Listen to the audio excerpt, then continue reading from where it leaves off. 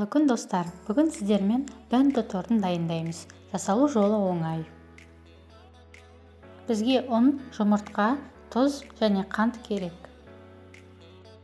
Ең алдымен жұмыртқаға қантты аз-аздан сала отырып, жақсылап миксермен соғып аламыз.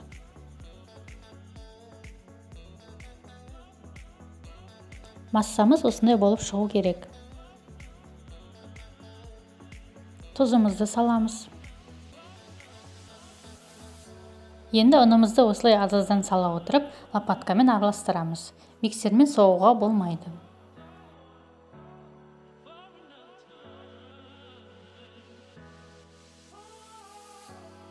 Формамызды майлап алып құямыз. Осыны 180 градуста қызып тұрған пеште 25 минут пісіріп аламыз. Бисквитімізді толықтай суытамыз. Ал енді кремімізді дайындаймыз. Ол үшін бізге творожный сыр, қант және сливки керек. Ең алдымен творожный сыр мен қантымызды араластырып аламыз. Содан соң сливкиімізді құйып, біркелкі болғанша соғамыз.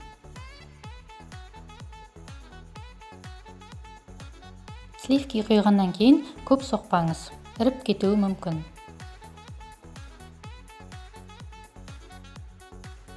Креміміз дайын. Енді тортымызды жинаймыз. Бисквитімізді 3-ке бөліп аламыз.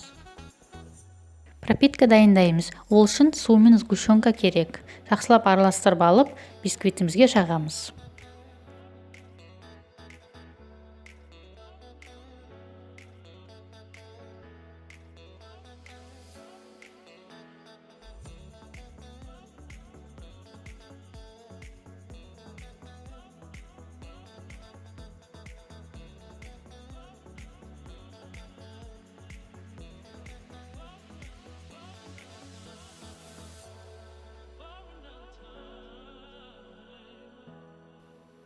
Тортты өз қалауыңызша әрлеуге болады.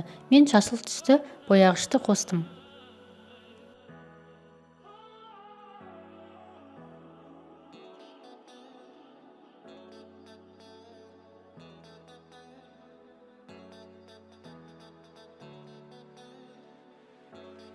Бенто тортымыз дайын. Астарыңыз дәмді болсын.